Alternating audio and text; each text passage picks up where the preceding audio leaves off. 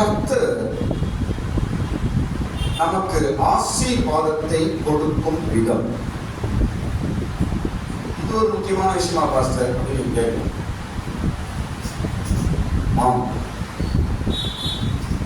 எப்படி கடவுள் நம்மை ஆசீர்வதிக்கிறார்? பல வழிகளில் கடவுள் நம்மை ஆசீர்வதிக்கிறார். ஆனால் இன்றைக்கு ஒரு முக்கியமான ஒரு வழியை நான் உங்களுக்கு சொல்ல போகிறேன். எப்படி ஒரு குடும்பத்தை, ஒரு பிள்ளைகளை கடவுள் ஆசீர்வதிக்கிறார்? உங்களை கேட்டால் பல வழிகள் சொல்லுவீங்க. நீங்கள் இப்படி ஆசீர்வதிக்கிறார், அப்படி ஆசீர்வதிப்பார், இப்படி ஆசீர்வதிப்பார் என்று பல வழிகள் நீங்கள் சொல்லலாம். ஆனால் நீங்கள் எதிர்பார்க்காத ஒன்று தான் நான் சொல்ல போகிறேன். இப்போது இது வரைக்கும் நீங்கள் எதிர்பார்த்துருப்பீங்களான்னு தெரில, உங்கள் மைண்டில் வந்திருக்குமான்னு தெரியல. என்ன அந்த வழி? வேதத்திலிருந்து தான் சொல்ல போகிறேன்.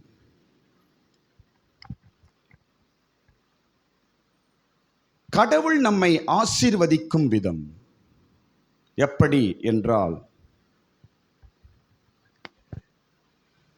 கிழவர்கள் உங்க வீட்டில் இருப்பது ஆசீர்வாதம். சொல்லுங்க.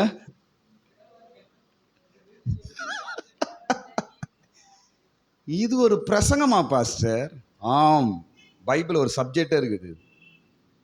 கிழவர்கள் உங்க வீட்டில் இருப்பது ஆசீர்வாதம். உடனே தாத்தா அம்மாக்களுக்கு சந்தோஷமாயிட்டு இருக்குமே. இப்போ ராஜேந்திர சிரிப்பு தாங்க முடியல. பைபிள் சொல்லுகிறது கிழவர்கள், முதியவர்கள் இருப்பது நம் வீட்டுக்கு ஆசீர்வாதம். ஆம், கிழவர்கள் இல்லாத வீடு எது நான் சொல்ல போறேன், கிழவர்கள் இருந்த வீடு நான் சொல்ல போறேன் உங்களுக்கு. ஆனா நம்ம சொல்றதுன்னா, இந்த கழுத்து எங்க வீட்டில் இருக்குது, சும்மா தொண பேசினுக்குது. அது இதை தான் நம்ம சொல்றோம். வயசாச்சா கிழமை சோறு படு கம்முன்னு உக்காரத்தை விட்டு தொண. இன்னைக்கு எல்லார் வீட்டிலும் இதான் பிரச்சனையே. இது வேணா அது வேணா, நோண்டி கேட்கறது, நோண்டி பேசுறது, டென்ஷன் ஏற்றுறது என்று எல்லா வீடுகளிலும் இருக்கிற பிரச்சனை தான் இது. இது ஒரு பக்கம் இருந்தாலும் நமக்கு ஆசீர்வாதம் அவர்கள் மூலமாய் தான் கர்த்தர் செய்கிறார். இதை ஒருபோதும் நீங்கள் மறந்து போகக்கூடாது. 1000 பிரச்சனைகள் இருக்கலாம். அப்பா அம்மா இருக்கலாம், மருமக மாமனாரா இருக்கலாம், அப்பா அம்மா இருக்கலாம், பல நம்முடைய ஒரு பலவீனம் ஏதோ ஒன்று குறைகள் இருக்கலாம். அது ஒரு பக்கத்தில் இருக்கட்டும். ஆனாலும் இதை தவிர்க்கவே முடியாது. இதை இல்லை என்று நீங்கள் சொல்ல முடியாது. இதை நீங்கள் தவிர்க்கவே முடியாது. ஸ்தோத்திரம். உங்க வீட்டில் முதியவர்கள் இருக்க வேண்டும், இருந்தால்தான் ஆசீர்வாதம்.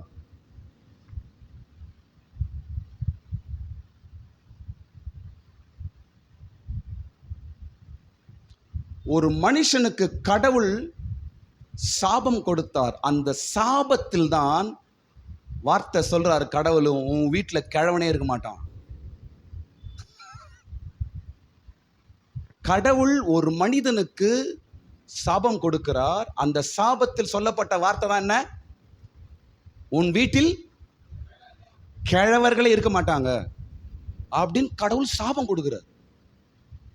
கிழவர்கள் வீட்டில் இல்லாதிருப்பது சாபம், பைபிள் சொல்லுது.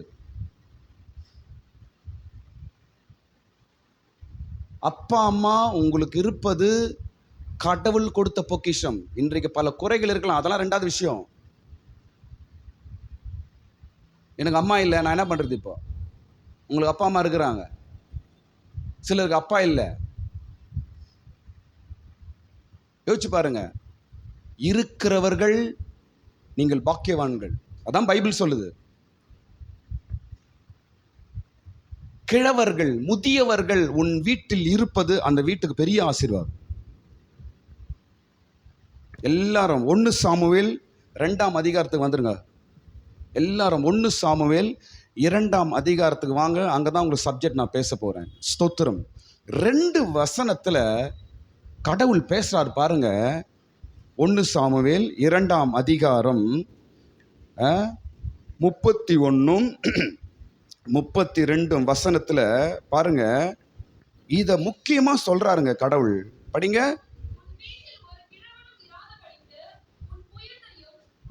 உன் வீட்டில் ஒரு கிழவனும் இராதபடி சொல்லாச்சா. 32ஆம் வசனம் வாங்க. அப்படியே ஒருபோதும் பாத்தியா, கிழவன் கிழவன் சொல்றீங்க. இந்த கிழவனுக்கு வேற வேலையே கிடையாது. இந்த கேள்விக்கு வேற வேலையே கிடையாது. முசில்தான் முசலாயன,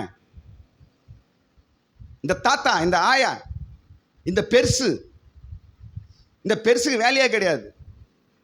சாதாரணமான வாயில பேசுறோம்.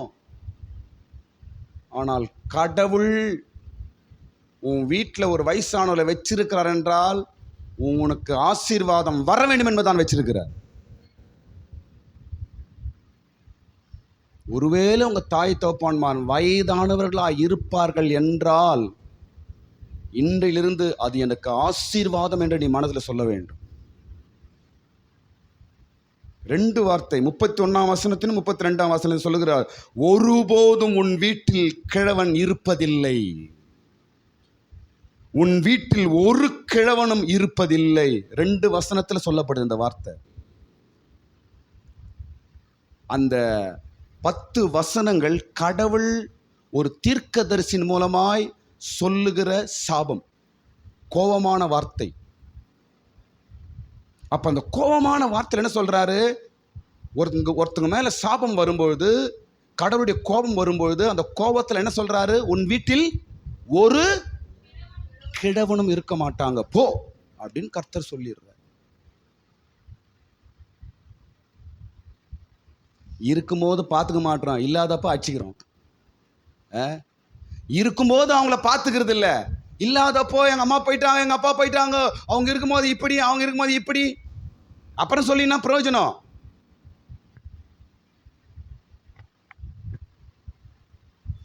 கிழவர்கள் இல்லாதது சாபம் என்றால் கிழவர்கள் இருப்பது அவ்வளவுதான்.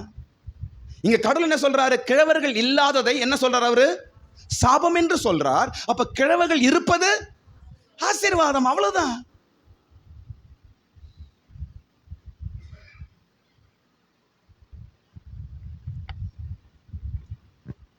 கிழவர்கள் இல்லாத வீடு, ஒரே வார்த்தை தான். இதெல்லாம் படிக்கும் போது எனக்கு 2-3 நாள் இந்த சப்ஜெக்ட் மைண்ட்ல அப்படியே ஓடிட்டே இருக்குது. கிழவர்கள் இல்லாத வீடு ஏலியின் வீடு. சொல்லுங்க. ஏலி. ஏலி தெரியுமா உங்களுக்கு யாருன்னு? ஏலி 1 சாமுவேல் 2ஆம் அதிகாரத்தில் ஏலி என்ற ஒரு ஆசாரியன், அவர் குடும்பத்தில் தான் யார் இல்லையா? நல்லா கவனிக்கணும். யார் இல்லை அந்த குடும்பத்தில்?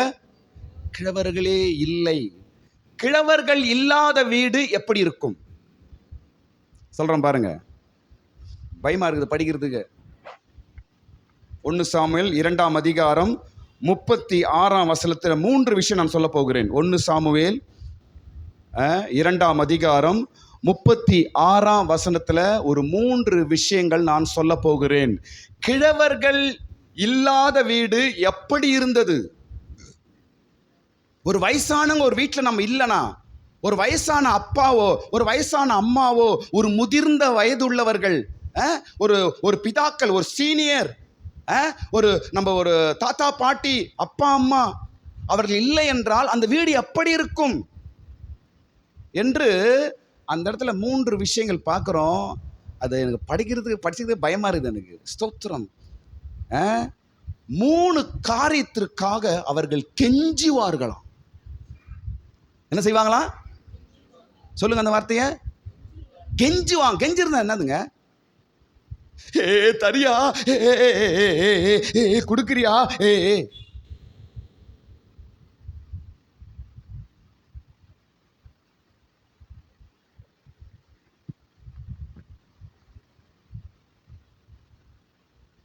கிழவர்கள் முதியவர்கள், இது சமுதாயத்துக்கு பேச வேண்டிய சப்ஜெக்ட்டுங்க. இதை நம்ம சபைக்கு பேசுறோம். நீங்க இதை 4 பேருக்கு நீங்க போய் சொல்லுங்க. இந்த சத்தியத்தை 4 பேர் சொல்லி விடுங்க. இன்றைக்கு அநேகர் முதியவர்களை, கிழவர்களை, தாய் தப்பன்மார்களை கனம் பண்ணுவதில்லை. வீட்டில் வச்சுக்கிறது இஷ்டம் இல்லை. எல்லாம் இருக்குது, எனக்கு பணம் இருக்குது, எல்லாமே இருக்குது, அவங்கள என்ன கொண்டு போய் நான் ஓல்ட் ஏஜ்ல ஹோம்ல சேர்த்துடுறேன், நான் பணம் கட்டிடுறேன் என்று சொல்லுகிற ஒரு சமுதாயத்தில் தான் நாம் வாழ்ந்து கொண்டிருக்கிறோம். கிறிஸ்தவர்கள் ஒருபோதும் அப்படி செய்யக்கூடாது. நீ பைபிளை எடுத்து ஏசப்பா பிள்ளை என்று மார்த்தட்டி சொல்லுவாய் என்றால் உன் வீட்டில் உன் தாய் தகப்பன் இருக்க வேண்டும்.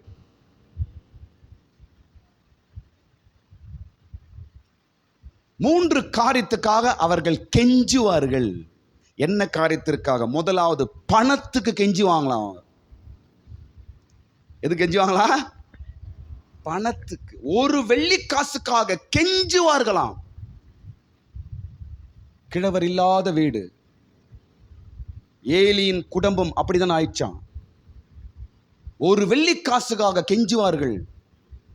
உன் வீட்டில் கிழவர்களே இருக்க மாட்டாங்க.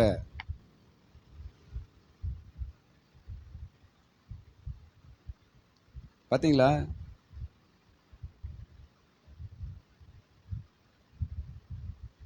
எப்படியாவது நம்மளை நாம் சரிப்படுத்தி தாழ்த்தி, அப்பா அம்மா வயசானா கூட அவங்களோட அட்ஜஸ்ட் பண்ணி போக பழக வேண்டும்.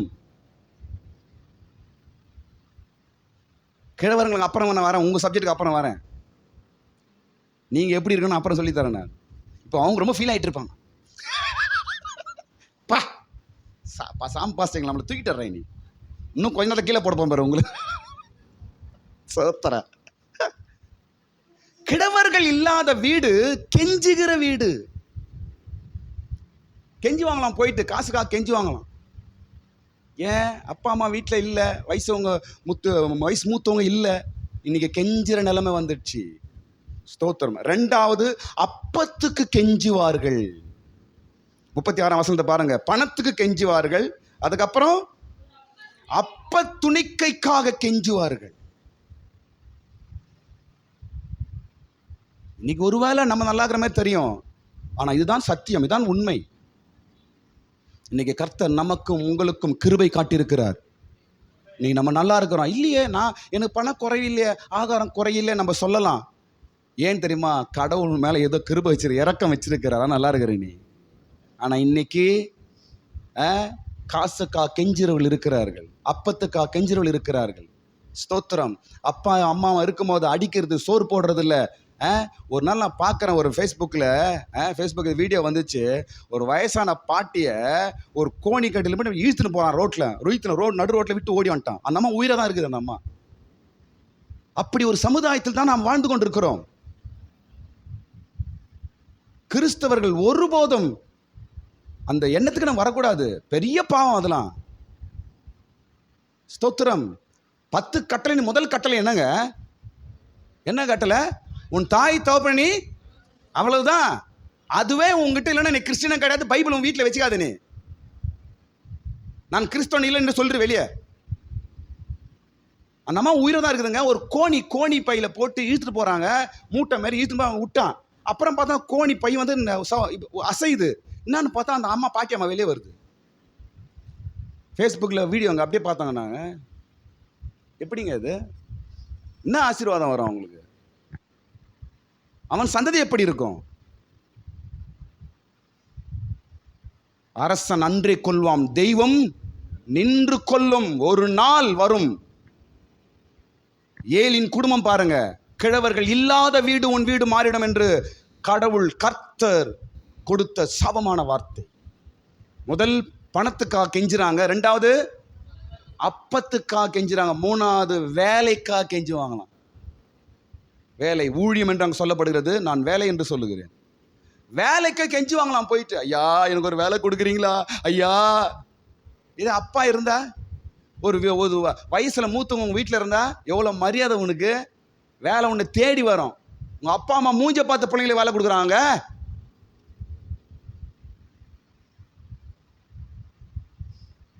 இன்னைக்கு வேலைக்கு கெஞ்சுறான். ஏன்னா வீட்டில் மூத்தவங்க இல்லை, அப்பா அம்மா இல்லை, கிழவர்கள் இல்லை. வேலைக்கு இப்ப கெஞ்சுறான். எதை நம்பி வேலை கொடுக்கறது? நீ யார் என்று கேட்கறான். நீ யார்?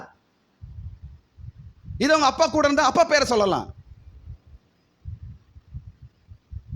இப்ப நீ யாருன்னு தெரியல, கெஞ்சுற போயிட்டு. ஏன் கெஞ்சுற நிலம் வந்துச்சு? கிழவர்கள் இல்லை, தாய் தகப்பனை சரியா பார்த்துக்கிறது இல்ல, தாய் தகப்பன் செய்ய வேண்டியதை செய்யறது இல்ல. இதை நாம் தவிர்ப்போம் என்றால் கெஞ்சுறது நிச்சயம். எங்கேயோ ஒரு இடத்துல கடவுளை கெஞ்ச விட்டுருவாரு.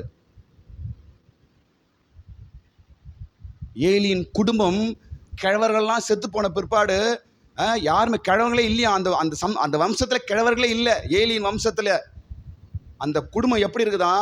ஒரு வெள்ளி காசுக்காக கெஞ்சினார்கள், ஒரு அப்ப துண்டுக்காக போய் கெஞ்சினாங்களாம். ஐயா ஐயா, வேலைக்காக கெஞ்சிறாங்களாம். நீங்கள் ராஜா போல வாழணும்னா என்ன பாருங்க, உங்க வாழ்க்கையில நீங்களும் உங்க பிள்ளைகள் ராஜா போல வாழணும்னா உங்க வீட்டில் இருக்கிற அப்பா அம்மாவை நீங்க ராஜா போல பார்த்துக்கணும். அப்பதான் நீங்க ராஜா போல இருக்க முடியும். நீ அப்பா அம்மா சரியா பார்த்துக்கலாம், ராஜா கடை வேலைக்காரன கூட இருக்க மாட்டார். உன்னை கடவுள் எல்லாம் பார்த்து கொண்டு இருப்பார். கடவுள் நீ எதை விதைக்கிறாயோ அதை தான் அறுப்பாய்.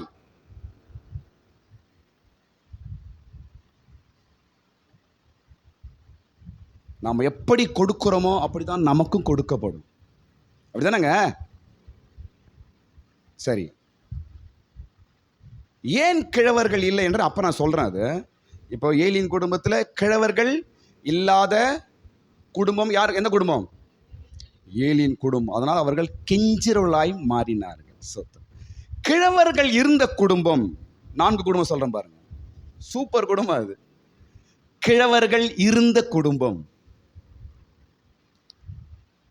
கிழவர்கள் இருந்த குடும்பம் 4 குடும்பம். ஒன்று ஈசாக்கின் குடும்பம். சொல்லுங்க, ஈசாக்கு வீட்டுல யார் கிழவன்? யார் சொல்லுங்க? ஆபிரகாம். ஈசாக்கின் வீட்டுல யார் கிழவன்? ஆபிரகாம். பைபிள்ல போடு, ஆபிரகாம் முதிர் வயது வரைக்கும் இருந்து மரித்தான். ஈசாக்கு வீட்டுல யார் கிழவர், யார் முதியவர் என்றால் ஆபிரகாம். ஆபிரகாம் முதியவராகவும் கிழவராகவும் ஈசாக்கின் வீட்டில் இருந்ததினால ஈசாக்கின் வாழ்க்கை ஆசீர்வாதமாக இருந்தது. ஈசாக்குக்கு ஏற்ற மனைவி கிடைத்தது. பாருங்க, ஈசாக்கு ஆசீர்வாதமாய் இருந்தான். நம்பர் 1. ரெண்டாவது குடும்பம் கிழவர்கள் இருந்த குடும்பம். ரெண்டாவது யாதனமா யோசேப்பின் வீடு. கிழவர்கள் இருந்த வீடு. சொல்லுங்க, யோசேப்பு வீட்டில் யார் கிழவன்? வெரி குட், யாக்கோபு. யோசேப்பின் வீட்டில் இருந்த கிழவன் யாருங்க? யாக்கோபு. கடைசி காலத்துல வயசா இருக்கிற நேரத்துல அவங்க அப்பா அம்மா கூட்டு வந்து யோசேப்பு வீட்டில் வச்சுக்கணும், கூட வச்சுக்கணும். சூப்பர். யாக்கோபு யார் வீட்டில் மரித்தாரு? யோசேப்பின் வீட்டில் தான் மரித்தார். அப்படிதான் இருக்கணும். நீங்க நல்லா இருக்கிறீங்களா, அப்பா அம்மா உங்க கூட வச்சுக்கணும், இருக்கணும். யோசேப்பு அப்படிதான் செய்தார். தனக்கு ஒரு ஸ்தானம் வந்த உடனே யாரை இப்போ கூப்பிட்டு வந்தான்? போயிட்டு அப்பாவுக்கு ஒரு ரதம் வச்சு கூப்பிட்டு வந்தான். அப்படியே போயிட்டு கூப்பிட்டு வந்து வீட்டில் வச்சுட்டான். யோசேப்பு எப்படி இருந்தாரு? ராஜாவாய் உயர்த்தினார் கடவுள். தன் தகப்பனை கனப்படுத்தி வைத்தான், கர்த்தர் அவனை கனப்படுத்தினார். ஆமைன்னு சொல்லுங்க, இதெல்லாம் சத்தியங்க. யோசேப்பின் வீட்டில் இருந்த கிழவன் யாக்கோபு. அதனால யோசேப்பின் பிள்ளைகளை ஆசீர்வதித்தார், அவன் அந்தஸ்தை உயர்த்தினார். ஸ்தோத்திரம். பாருங்க, கடைசியில் யோசேப்பு இல்ல, யாக்கோபோட சாவு எப்படி போச்சு தெரியுமா? யாக்கோபோட சாவு எப்படி போகுதுங்க? ஒரு பெரிய எகிப்து நாட்டின் அதிபதி ராஜா போல அவர் சாவு போகுது. அப்படியே அப்படி செய்தான் யோசேப்பு. தன் தகப்பனை கனப்படுத்தினான் யோசேப்பு. யோசேப்பை ஆண்டவர் ஆசீர்வதித்தார். ஸ்தோத்திரம். மூன்றாவது வீடு யோபுவின் வீடு. யோபு வீட்டில் யார் கிழவன்? யோபு தான் கிழவன், வேற யாரு இருக்கிறா? யோபு வீட்டில் யாருங்க கிழவர்?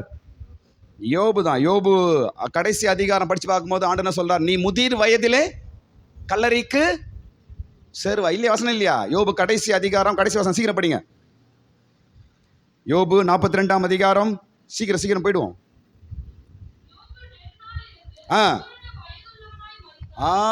யோபு நெடுநாள் இருந்து பூரண வயது, அப்படின்னா கிழவன் ஆய்தான் மறிக்கிறார்.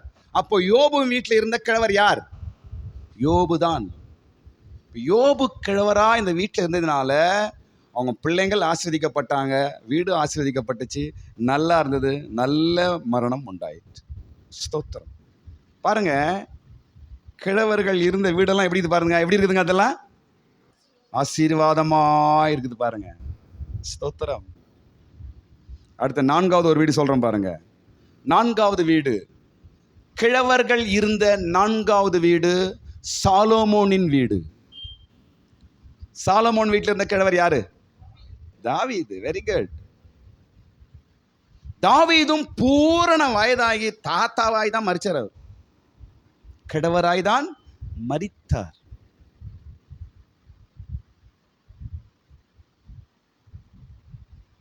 சாலமோன் வீட்டில் கிழவர் இருந்ததுனால சாலமோன் ராஜாவானார், ராஜா மாதிரி வாழ்ந்தார்.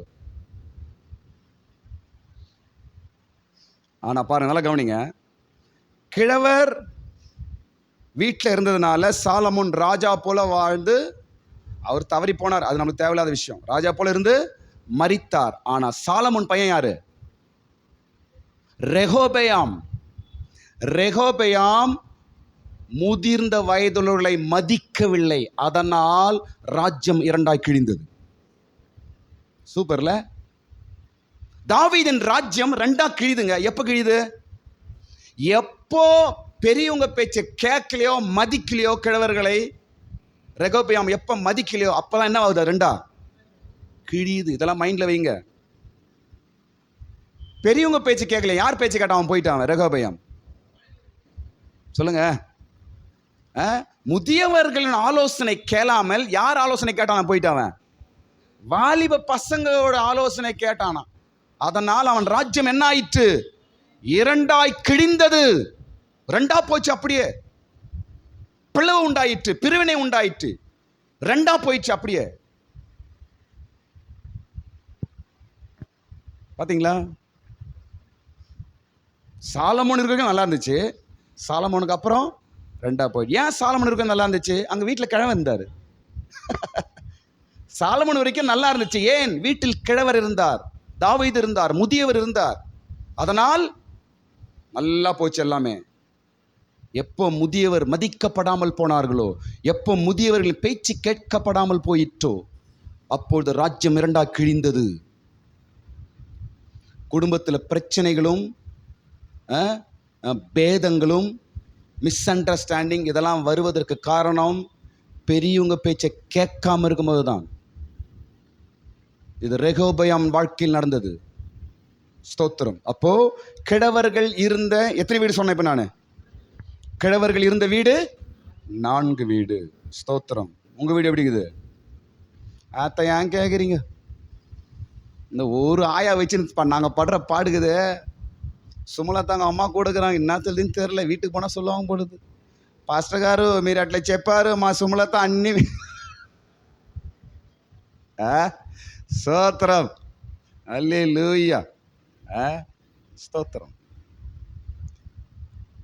பல பாருங்க, ஒரு வீட்டில் பல பிரச்சனை இருக்கு, ஆனால் சத்தியம் மாறாது. அப்படிதானாங்க?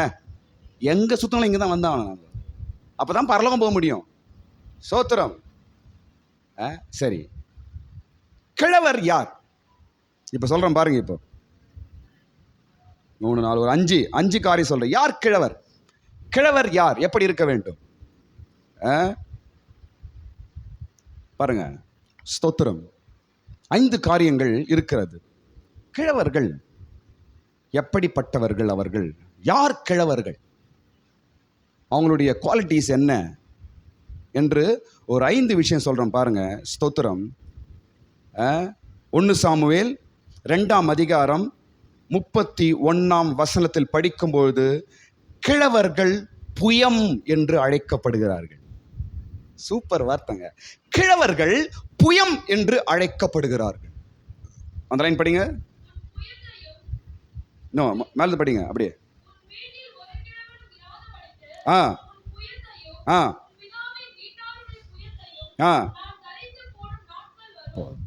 கிழவர்கள் என்ன என்று அழைக்கப்படுகிறார்கள்? புயம் என்ன? புயம் என்றால் ஷோல்டர். புயம் என்றால் என்ன? ஷோல்டர். ஷோல்டர் எதுக்கு?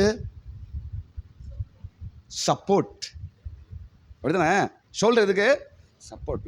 ஏனோஸ் வெயிட்டான ஒன்று அப்படி தூக்க முடியல அவனால, நான் உடனே என்ன பண்ணுவேன்? நான் போயிட்டு அப்படி சப்போர்ட் பண்ணுவேன். அவர்கள் தான் புயம், அவர்கள் தான் கிழவர்கள். ஸ்தோத்திரம். முதிர் வயது உள்ளவர் நீங்கள் குடும்பத்திற்கு புயங்களாக இருக்க வேண்டும்.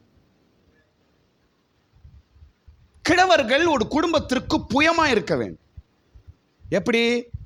மூட்டை தூக்க சொல்லுவாங்களா? ஐயோ புயன்னு சொல்லிட்டாரு பாஸ்டர், எங்களுக்கு பணம் இல்லை, என்னால் இன்னும் தூக்க முடியாது. அப்படி இல்லைங்க. புயம் என்றால் குடும்பத்தின் சூழ்நிலையில் ஜெபத்தில் நீங்கள் சுமக்க வேண்டும். அதான் நம்மளால முடியும்.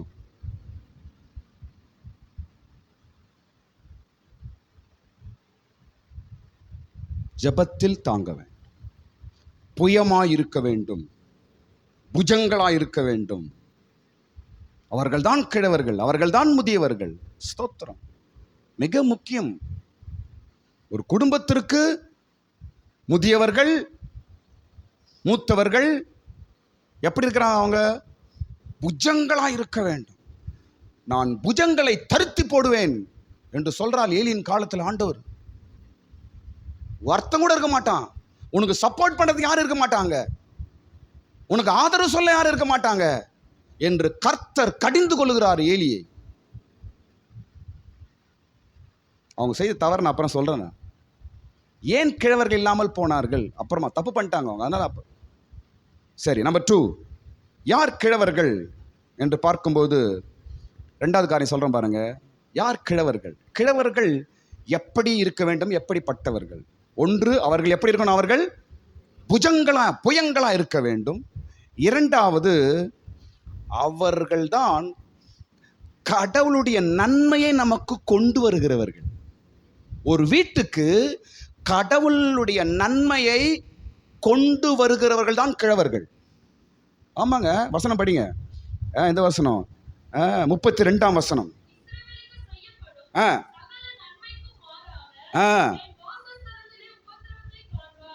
நன்மைக்கு மாறாக, நல்லா இந்த லைனை படிங்க, நான் சொல்றது நல்லா புரிஞ்சுங்க. நன்மைக்கு மாறாக நான் செய்ய போகிறேன் அப்படின்னு கடவுள் சொல்றாரு. அப்ப நன்மைக்கு மாறான அர்த்தம் என்ன? நன்மைக்கு பதிலாக என்ன வரப்போதாங்க? தீமை வரப்போது. ஏன்? கிழவர்கள் இல்லை. அதெல்லாம் புரிஞ்சுக்கணும். கிழவர்கள் இல்லாதனால நன்மைக்கு பதிலாக என்ன வரப்போதாங்க? தீமை வரப்போது. அப்ப கிழவர்கள் இருந்தால் நன்மை வரும். அவ்வளவுதான், முடிஞ்சு போச்சு. யார் மூலமா வருது நன்மை? கிழவர்கள் மூலமா. ஸ்தோத்திரம். ராஜேந்திர பாயிண்ட் புடிச்சிட்டாரு. அவரு ஒரிஜினல் கிழவர் அவர் தான். ஸ்தோத்திரம். அல்லேலூயா. கடவுளுடைய நன்மையை கொண்டு வர்றது நீங்க தாங்க. ஆமா. ஒரு குடும்பத்திற்கு கடவுள் நன்மை செய்ய வேண்டும் என்றால் உங்களுடைய அந்த வீட்டில் இருக்கிற முதியவர்கள் மூலமாய் தான் கர்த்தர் செய்வாராம்.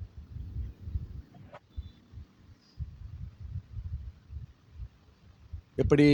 ஆலோசனையின் மூலமாய், ஒரு தைரிய வார்த்தையின் மூலமாய், நல்ல புத்தியின் மூலமாய், அனுபவத்தின் மூலமாய் கடவுளுடைய நன்மை அந்த வீட்டுக்கு வரும்.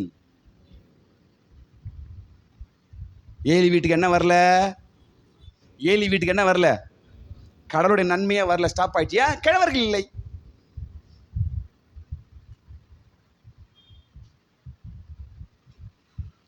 கிழவர்கள் என்றால் அனுபவம். ஊழியத்தில் கூட பாருங்க, சின்ன சின்ன பசங்களாம் இருக்கிறாங்க பாஸ்டர், அதெல்லாம் வேல்யூ கிடையாது. நல்ல அனுபவம் இருக்கிறவர்களுக்கு தான், அனுபவங்களுக்குள்ள தான் வேண்டும் சபைக்கு. இவ்வளோண்டு பசங்களாம் பிரசங்கம் பண்ணுறாங்க, குட்டி பையன்லாம் பிரசங்கம் பண்ணுறான். அல்லேலூயா அல்லேலூயான்றான் ஒரு பையன். இவ்வளோண்டுக்குறான், கோட் சூட்டு பிரசங்கம் பண்ணான். அதெல்லாம் வேலைக்கு ஆகாமா? ஏதோ சிரிக்கலாம், அவ்வளவுதான். சபைக்கு உபயோகமாகுமா? இவனை கூட நாளைக்கு பிரசங்கம் பண்ணுவான் சொல்லி கொடுத்தா. ஆனால் என்ன பிரயோஜனம்? அது வரல. அனுபவம். வீட்டுக்கு அனுபவசாலிகள் வேண்டும். ஸ்தோத்திரம். கடவுளுடைய நன்மையை நமக்கு கொண்டு வருகிறவர்கள் கிழவர்கள். அதனால அவங்க இருக்கணும்.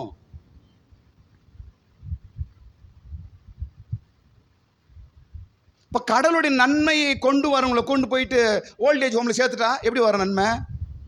நன்மை எங்க போவான்? அப்போ ஓல்ட் ஏஜ் ஹோம் நடத்துறான் பாரு, அவனுக்கு போயிட்டு நன்மை. அவன் பங்களா கட்டி வீடு கட்டி உட்காந்து இருப்பான். ஊர்ல இருக்கிறாங்க, நான் சோறு போட்டுக்கிறேன் ஆண்டவரே. உன் வீட்டுக்கு கிளம்பி அவங்க வீட்டில் விட்டுரு, இருக்கிறதெல்லாம் அங்கே போட. நீ அவன் காஞ்சி போயிட்டு கெஞ்சின்னு, ஐயா எனக்கு யாராவது அப்பம் கொடுக்குறீங்களா, ஐயா எனக்கு ஒரு வேலை கொடுக்குறீங்களா, ஐயா ஒரு 10,000 கொடுக்குறீங்களா, அப்புறம் தரேன். ஏன் இந்த கெஞ்சிற வேலை?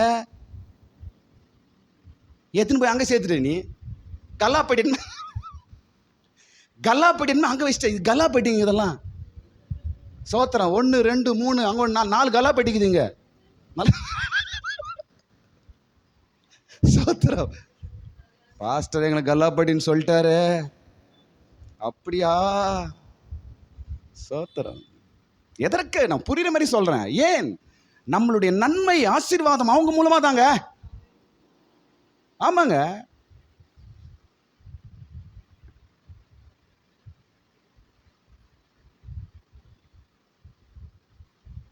உலகத்திலே முதல் ஞானி என்று பெயர் பெற்றவன் சாலமோன். அவனை உருவாக்கினது அவங்க அப்பா தான். முதியவர் கிழவன் தாவீது உருவாக்கினார். பாத்தீங்களா? நிறைய விஷயங்கள் நாம் பேசலாம். ஸ்தோத்திரம். நன்மைகள், கடவுளுடைய நன்மைகளை ஒரு வீட்டுக்கு கொண்டு வருகிறவர் கிழவர்கள் தான். 3வது சொல்றேன் பாருங்க. 3வது காரியம் இது நம்ம நீதிமொழிகள் போயிடலாம். ஜஸ்ட் அங்கே டச் பண்ணிட்டு வரலாம். நீதிமொழிகள் 12ஆம் அதிகாரம் 6ஆம் வசனம். நீதிமொழிகள் 12ஆம் அதிகாரம் 6ஆம் வசனம். கிழவர்கள் யார் என்றால் பிள்ளைகளுக்கு மேன்மையை கொடுக்கிறவர்கள் கிழவர்கள். பிள்ளைகளுக்கு மேன்மை என்ன? மரியாதை, கனம், உயர்வு, பொசிஷன், ரெஸ்பெக்ட், இதெல்லாம் பிள்ளைகளுக்கு கொடுக்கிறவர்கள் யாருங்க? சொல்லுங்க. கிழவர்கள். படிங்க, சீக்கிரம் வார்த்தை படிங்க.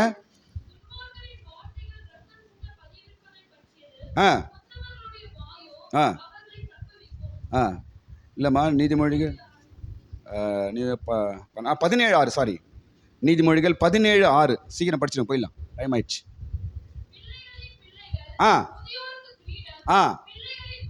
பிள்ளைகளின் மேன்மை அவருடைய பிதாக்கள். பிதாக்கள்னா கிழவர்கள். பிதாக்கள் என்றால் முதியவர்கள். பிதாக்கள் என்றால் வயசானவங்க.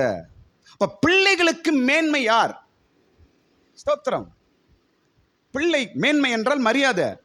ஒரு பிள்ளை வெளியே போகுது, யாரை வச்சு மரியாதை கொடுக்குறாங்க? அவங்க அப்பாவை வச்சு, அவங்க தாத்தாவை வச்சு மரியாதை கொடுக்குறாங்க. இப்ப இன்னாருடைய பையன், இன்னாருடைய பேரன், இன்னாருடைய மகள், இன்னாருடைய பேத்தி என்று மரியாதை கிடைக்குது. உன்னால என்ன மரியாதை? ஒரு மரியாதை கிடைக்கும் உனக்கு. வீட்டில் ஒரு வேலை செய்யறது கிடையாது, சரி படிக்கிறது கிடையாது. என்ன நம்மளுக்கு என்ன மரியாதை? நம்ம மரியாதை ஒன்றும் கிடையாது. யார் மூலம் மரியாதை? கிழவர்கள், நம்முடைய முத்தவர்கள் மூலமாக மரியாதை பைபிளே சொல்லுது. உனக்கு மரியாதை வேண்டுமா? உன் வீட்டில் அப்பா அம்மா வச்சுக்கோ, சொசைட்டி உன்னை மதிக்கும். ஆம், உனக்கு மரியாதை வேண்டுமா? உன் கிழவர்களை நீ போஷிக்க வேண்டும்.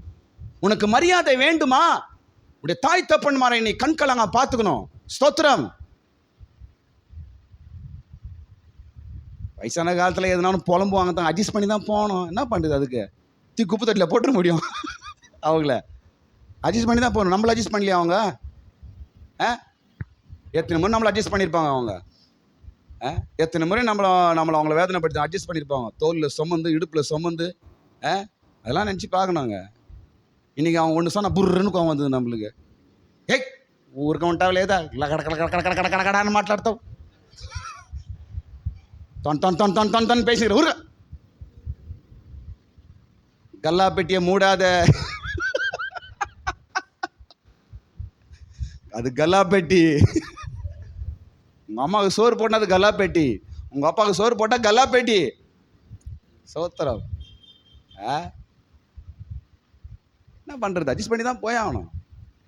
நம்மளுக்கு மரியாதை அவங்க தாங்க. பைபிளே சொல்லுதுங்க, பிள்ளைகளின் மேன்மை யாருங்க? பிதாக்கள், அவங்களுடைய அப்பா அம்மா, அவங்களுடைய கிழவர்கள்.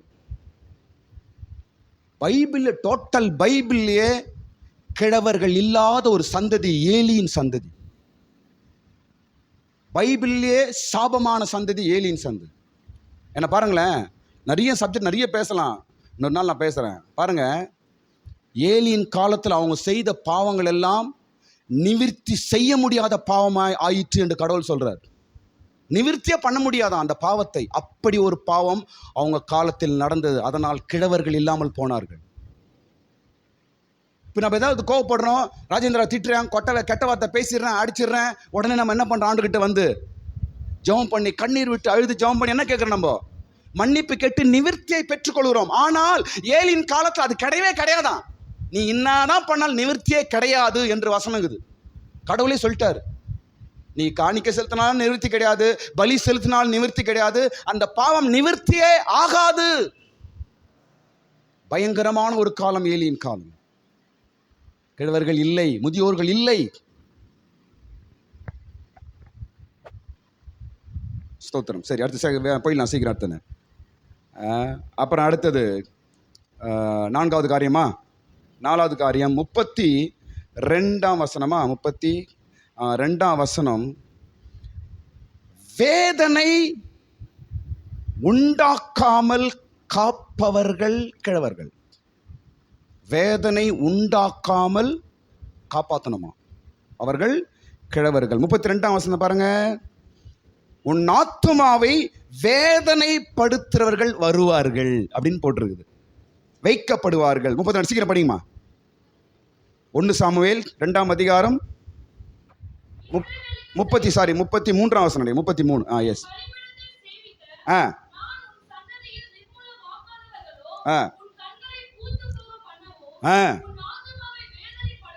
உன் ஆத்துமாவை வேதனைப்படுத்துறவர்கள் வருவார்கள். எப்போ வருவாங்க? கிழவங்கெல்லாம் போயிடுவாங்க. யார் வருவாங்கப்பாங்க? வேதனை. நல்லா புரிஞ்சுக்கணும் அந்த வார்த்தையை. வேதனை உண்டாக்குறவர்கள் வருவார்கள். எப்போ வருவாங்க?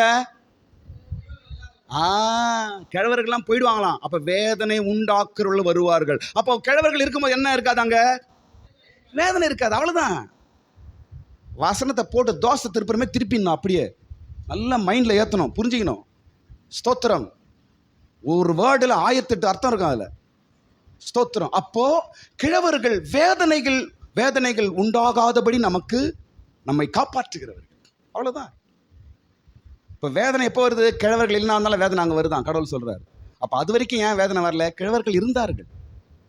அப்போ கிழவர்களின் வேலை என்ன? மூத்தவர்கள் வேலை என்ன?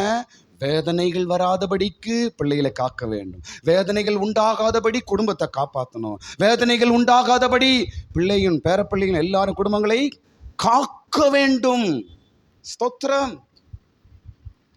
அவங்க வேதனைப்படாதபடிக்கு காக்க வேண்டும் அவர்கள் கிழவர்கள். அடுத்த கடைசி காரியம் சொல்றேன் பாருங்க. கடைசி காரியம் கிழவர்கள் மூத்தவர்கள் யார் என்றால், யோபுவின் புஸ்தகம் 12ஆம் அதிகாரம் 12ஆம் வசனம். யோபுவின் புஸ்தகம் 12ஆம் அதிகாரம் 12ஆம் வசனம். அவர்கள் ஞானம் உள்ளவர்கள். யார் கிழவர்கள்? ஞானம் உள்ளவர்கள். யோபு 12:12 படிங்க வாசிக்கிறோம். போதும். முதியோர் இடத்துல என்ன இருக்குதா? ஞானம் அங்கதான் இருக்குது. அனுபவம், ஞானம் அங்கதான் இருக்குது. அந்த ஞானத்தை வெளியே தோத்திட்டா என்ன ஆகும்? அந்த ஞானத்தை கொண்டு போய் வேற இடத்துல வச்சுட்டா என்ன ஆகும்? ஞானம் இல்லாத வீடு தான் ஆயிடும். ஸ்தோத்திரம். முதியோர்கள் ஞானவான்கள். ஞானம் உண்டு. கிழவர் இடத்துல ஞானம் உண்டு. ஸ்தோத்திரம். இப்ப கர்த்தர் எப்படி ஆசீர்வதிக்கிறாரு? ஞானத்தின் மூலமாய் தான் ஆசீர்வதிப்பார். புத்திஹீனம் ஏன் வருது? ஞானம் இல்லாதனால தான். புத்திஹீனம் ஏன் வருது? ஞானமானவங்களை பேச்சை கேட்காதனால தான். புத்திஹீனம் ஏன் வருது? பெரியவங்க வார்த்தை கேட்காதனால தான். ஸ்தோத்திரம். ஏன் சில வேளையில சிக்கிக் கொள்கிறோம்? கேட்காதனால தான். இப்போ கிழவர்கள் யார்? ஞானம் உள்ளவர்கள். கிழவர்கள் யார்? புயம் உள்ளவர்கள், புயமானவர்கள். கிழவர்கள் யார்? கடவுளின் நன்மையை கொண்டு வருகிறவர்கள். கிழவர்கள் யார்? பிள்ளைகளுக்கு மேன்மை உண்டாக்குறவர்கள். கிழவர்கள் யார்? வேதனை உண்டாகாமல் காப்பவர்கள் கிழவர்கள். கடைசிக்காரன் கிழவர்கள் ஞானம் உள்ளவர்கள். எத்தனை சொன்ன நானு? 5 காரியம் சொல்லிக்கிறேன். கிழவர்கள் யார் என்பதை இப்ப கடைசி பாகம் சொல்லி நான் முடிக்க போறேன். ஏன் கிழவர்கள் இல்லாத வீடாய் ஏலியின் வீடு ஆயிற்று? உன் வீட்டில் கிழவங்களே இருக்க மாட்டாங்கடா, எல்லாம் வாலிப வயசுல செத்து போயிடுவாங்க, ஒரு தாத்தா பாட்டியும் உன் வீட்டில் இருக்காது. ஏன் கடவுள் சொன்னார்? அந்த ஒரு சம்பவம், அந்த ஒரு காரியம் ஏன் நடந்தது? ஏலியின் காலத்தில் ஏன் அப்படி நடந்தது என்பதற்கு ஒரு 5 விஷயம். எல்லாரும் 1 சாமுவேல் 2ஆம் அதிகாரம் எடுத்துக்கொள்ளும். அங்கே தான் வரப்போறோம் மறுபடியும். 1 சாமுவேல் 2ஆம் அதிகாரம். ஏன் கிழவர்கள் இல்லாத வீடாய் அந்த வீடு மாறிற்று? ஏன்? ஸ்தோத்திரம். இந்த சப்ஜெக்ட் நமக்கு ஒரு பெரிய பாடம். ஸ்தோத்திரம். முதல் காரணம் ஏன் என்றால் வசனம் 16, 2ஆம் அதிகாரம் 16ஆம் வசனம். ஏன் என்றால் அவர்கள் பொறுமை இல்லாதவர்களாய் இருந்தார்கள். அதனால் அவங்க வீட்டில் கிழவங்க இல்லை. எப்படி இருந்தாங்க அவங்க? சொல்லுங்க. பொறுமை இல்லாதவர்கள்.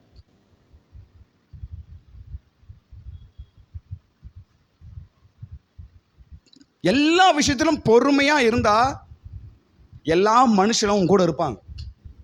4 பேர் உன் கூட இருப்பாங்க. உன் வீடு நல்லா இருக்கும். உனக்கு புத்தி சொல்ல 4 பேர் இருப்பாங்க. உனக்கு நல்லது சொல்ல 4 பேர் இருப்பாங்க. நீ பொறுமையா இருந்தா. பொறுமை இல்லாம அவசர குடாக்கா இருந்தா யாரும் கூட இருக்க மாட்டாங்க.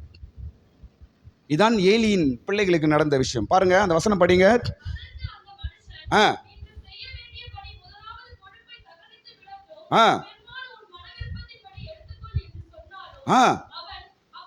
அப்படி அல்ல, இப்பொழுதே கொடு, பலவந்தமா எடுத்துக்கொள்ளுவேன். இப்போ கொடு, இப்போ கொடு அப்படின்றானுங்க.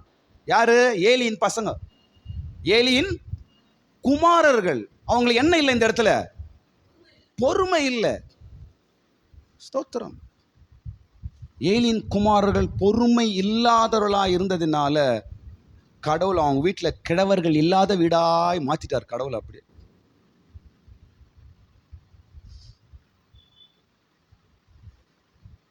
பயங்கரமான ஒரு சாபத்தின் நாள் ஏலியின் காலம். சபைக்கு ஒரு சாபமான காலம்.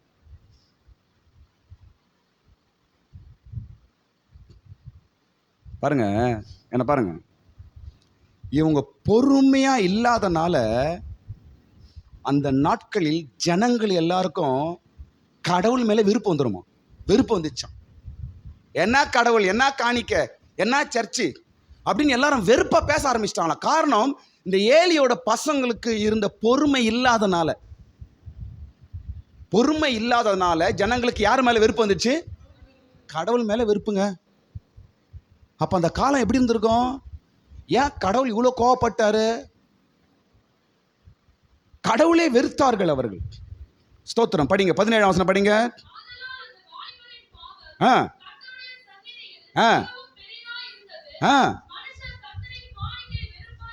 மனுஷர் கடவுளுடைய காணிக்கையை என்ன எப்படி நினைச்சாங்களா?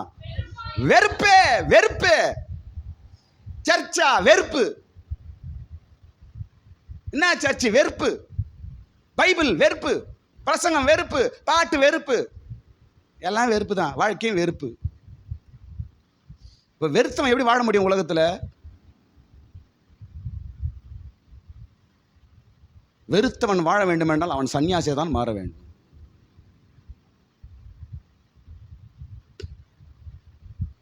ஜனங்க வெறுக்கிறாங்களாம். அப்படியே கடவுளே வெறுத்துட்டாங்க. போடா, என்னடா கடவுள், என்னடா சர்ச்சு, என்னடா அப்படின்னு சொல்ல ஆரம்பிச்சிட்டாங்க. காரணம் பொறுமை இல்லை. பாருங்க, நம்ம வாழ்க்கையில கூட பொறுமை இழப்போம் என்றால் பொறுமை வெறுப்பை கொண்டு வரும்.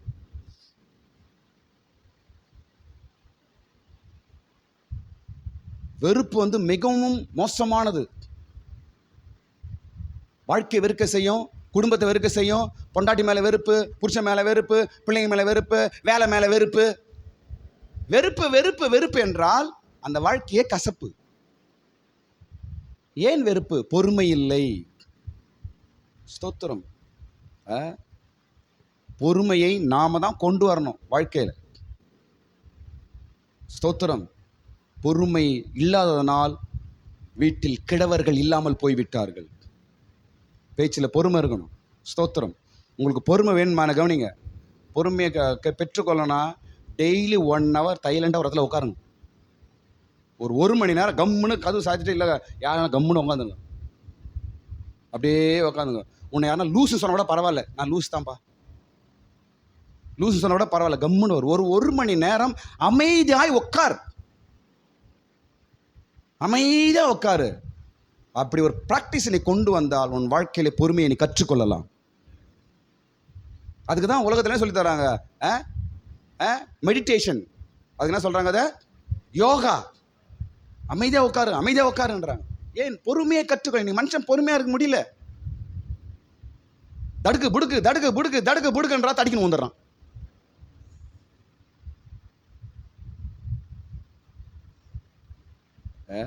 ஏலியின் குமாரர்கள் பொறுமை இல்லாததனால் கிழவர்கள் இல்லாத வீடாய் போயிட்டு. ரெண்டாவது விஷயம், இரண்டாவது காரியம் 25ஆம் வசனம்.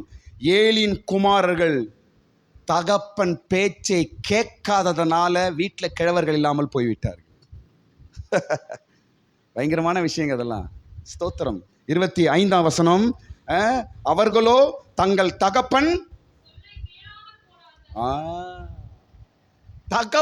சொல்லை கேளாமல் போனார்கள். அதனால் வீட்டிலே தாத்தாக்கள் இல்லை, வீட்டில் பாட்டிகள் இல்லை, வீட்டில் அப்பா அம்மா இல்லை. எப்படி இருக்கு அந்த வீடு?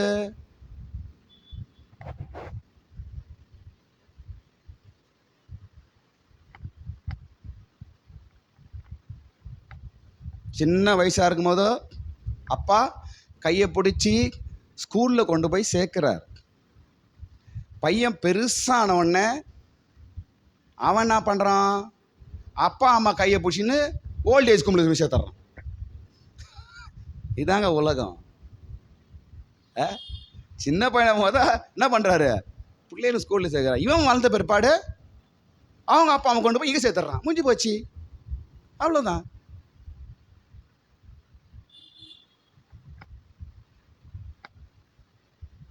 தகப்பன் சொல்லை கேளாததுனால வீட்டில் கிழவர்கள் இல்லாமல் போனார்கள். சோத்திரம். மூன்றாவது காரியம், நான் சீக்கிரம் போயிடுறேன். மூன்றாவது காரியம், பலியையும் காணிக்கையும் உதைத்தார்கள் அவர்கள். 29ஆம் வசனம். பலியையும் காணிக்கையும் என்ன செய்தாங்க அவங்க? அந்த வார்த்தையை படிங்க, அந்த வார்த்தை படிங்க. பலியையும்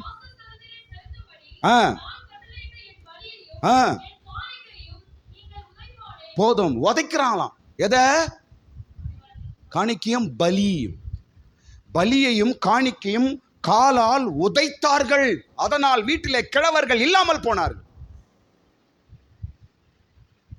புயம் இல்லை, ஞானம் ஐடியா சொல்றதுக்கு ஆள் இல்லை, நன்மை வரத்துக்கு ஆள் இல்லை. கிழவர்கள் யார் என்று 5 காரியம் படித்தோம். அந்த 5 காரியம் வீட்டில் எல்லாம் போச்சு. எந்த நல்லதும் வரமாட்டேங்குது, எந்த நல்ல ஆலோசனை கிடைக்கல, எந்த நன்மையும் வரமாட்டது. புஜங்கள் இல்லை, கிழவர்கள் இல்லை. ஏன்? காணிக்கை பலியையும் உதைத்தார்கள். என்ன பாருங்க, காணிக்கையும் பலியும் காணிக்கை பலி என்பது ஜெபம், ஆராதனை. காணிக்கைனா என்ன? ஜெபம். பலினா என்ன? ஜெபம், ஆராதனை. ஜெபத்தையும் ஆராதனையும் நீ அலட்சியம் பண்ணனா நீ காலில் உதைக்கிறன்ற அர்த்தம்.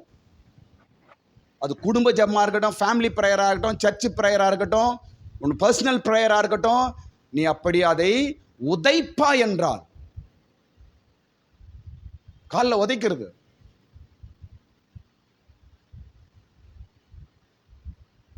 ஜெபத்தையும் ஆராதனையும் நம்ம உதைக்கவே கூடாது, அலட்சியம் பண்ணக்கூடாது, அசட்டை பண்ணக்கூடாது. ஒரு வீட்டில் குடும்ப ஜெபம் முக்கியம், ஒரு வீட்டில் தனி ஜெபம் முக்கியம். ஜெபம் இல்லாத வீடு கூரை இல்லாத வீடு. அந்த வீட்டில் என்ன வரும்? எந்த நன்மை வரும்? அந்த வீடு எப்படி நல்லா இருக்கும்? அந்த வீடு எப்படி கட்டப்படும்? அந்த வீட்டில் மனுஷன் எப்படி வாழ முடியும்? கூரை இல்லாத வீட்டில் யாருங்க வாழ முடியும்? பாம்பு, பல்லி, பூனை, பூரா, நரி தான் வாழாங்க, மனுஷன் இருக்க மாட்டான். அப்போ ஜெபம் இல்லாத வீடு நீங்களா இருக்க மாட்டீங்க. நீங்களாம் பாம்பா மாறிடுவீங்க, நீங்களாம் நிறைய மாறிடுவீங்க, நீங்களாம் பூனையா மாறிடுவீங்க, நீங்களாம் புலியா மாறிடுவீங்க. அவ்வளவுதான். மனுஷனுக்கு மாட்டான் அந்த வீட்டில். ஜபம் ஜபம் ஜபம். ஜபத்தை உதைக்காத, ஜபத்தை அலட்சியப்படுத்தாத. அதனால் ஆசீர்வாதம் வரும் வழியை கடவுள் தடை பண்ணினார். இந்த வீட்டுக்கு ஆசீர்வாதம் வராது என்று கிழவர்களை எடுத்துட்டார். கிழவர்களே என்ன செய்தார்? கடவுள் எடுத்து போயிட்டாரு. அதனால என்ன வராது அந்த வீட்டுக்கு? ஆசீர்வாதம் வராது. ஸ்தோத்திரம். நான்காவது காரியம், ஏன் கிழவர்கள் இல்லாத வீடாய் மாறிட்டு ஏலியின் வீடு? ஏன் என்றால், நான்காவது விஷயம் சொல்றேன் பாருங்க. கடவுளை பார்க்கிலும் மனுஷர்களை அவர்கள் மதித்தார்கள். எந்த வசனம்? 29 எந்த வசனங்க அது? 29ஆம் வசனம். கடைசி லைன் படிக்குமா? நீ என்னை பார்க்கிலும் கடவுளை காட்டிலும் மனுஷனுக்கு பெரிய மரியாதை நம்ம கொடுக்க கூடாது. முதல் மரியாதை யாருக்குங்க? என்ன பாருங்க, யாருங்க முதல் மரியாதை நம்ம கொடுக்கணும்? கடவுள். அதுக்கப்புறம் அப்பா அம்மாலாம் கொடுக்கணும், தப்பு கிடையாது. ஆனால் கடவுளுக்கு காட்டிலும் மனுஷனுக்கு ரொம்ப மரியாதை கொடுத்து அவன் அப்படியே பண்ணா அது கடவுளுக்கு இஷ்டமே கிடையாதான். சொல்றாரு பாருங்க, நீ என்னை பார்க்கிலும் உன் குமாரனை மதிக்கிறியே அப்படின்னு கடவுள் துக்கமா கோபமா பேசுறாரு.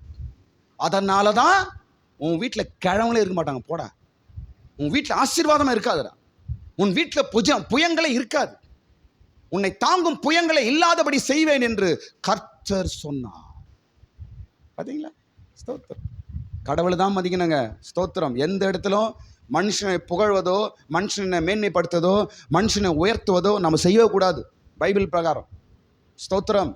அதனால தான் சர்ச்சுங்களை நம்ம கடவுளை தான் நம்ம உயர்த்துறோம். எந்த மனுஷன் பேரை சொல்லி நம்ம இங்கே உயர்த்தக்கூடாது. கடவுளுக்கு இஷ்டம் இல்லை, தப்பு அது. இங்கே அவர் வந்தார், இவர் வந்தார், இவருக்கு மாலை போடுறோம், அவருக்கு சால்வு போடுறோம், இதெல்லாம் நம்ம வைக்கிறது இல்லை. ஏன்? இதுதான். ஸ்தோத்திரம். கடவுளை காட்டிலும் எந்த மனிதனையும் நாம் உயர்த்தி மதிப்பாய் நம்ம பேசக்கூடாது.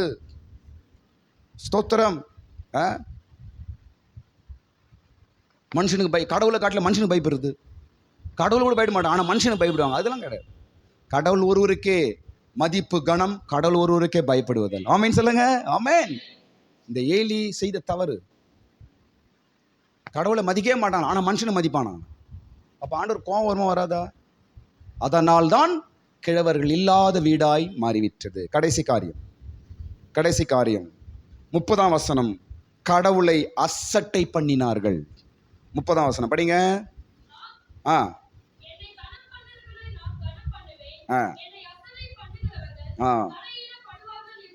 என்னை அசட்டை பண்ணுகிறவர்கள்.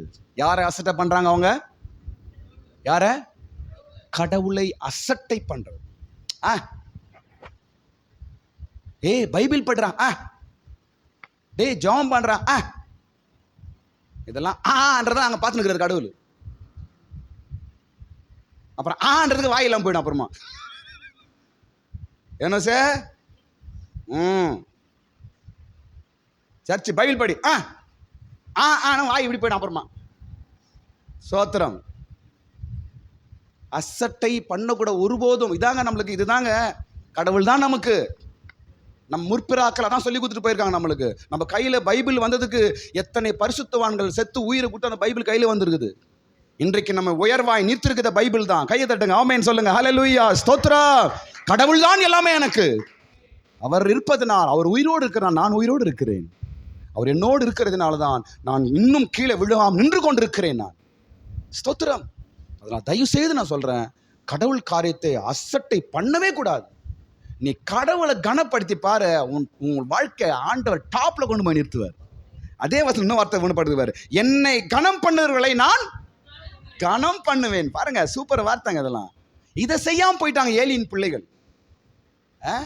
என்னை கனம் பண்ணுறவர்களை நான் கனம் பண்ணுவேன். கடவுளை அசட்டை பண்ணாம கடவுளுக்கு நீ மரியாதை கொடுத்து பாரு, இந்த ஊரே உனக்கு மரியாதை கொடுக்குற மாதிரி கர்த்தர் பண்ணிட்டு வருவோன்னு. ஐயா நமஸ்காரம் ஐயா ஐயா, எல்லாரும் உங்ககிட்ட ஓடி வந்துருவாங்க. ஸ்தோத்திரம். உன்னை கடவுள் கனப்படுத்துவார். கடவுளை நாம் அசட்டை பண்ணுவோம் என்றால் நம்ம வாழ்க்கையெல்லாம் கேள்வியாய் மாறிடும். என்ன பாருங்க, ஒரே விஷயம் சொல்லி நான் முடிக்கிறேன். ஏன் இவர்கள் கெஞ்சுருளாய் மாறினார்கள்? ஒரு வெள்ளி காசுக்கும் ஒரு அப்பத்துக்கும் ஒரு சின்ன வேலைக்கும் இவங்க என்ன பண்றாங்களாம்? போய் கெஞ்சுருளாய் மாறினார்கள். ஏன் என்றால் கடவுளை அசட்டை பண்ணினார்கள். அதுதான் காரணம். நம்ம கடவுளை அசட்டை பண்ணா இன்னொருத்தங்கிட்ட இப்போ கையேந்திர அளவுக்கு ஆண்டவர் வச்சிருவார். நம்ம நீ மற்றவங்கிட்ட கெத்தா நிற்கணும், நான் கையை நீட்டக்கூடாதுன்னா கடவுளை கனப்படுத்து போதும்.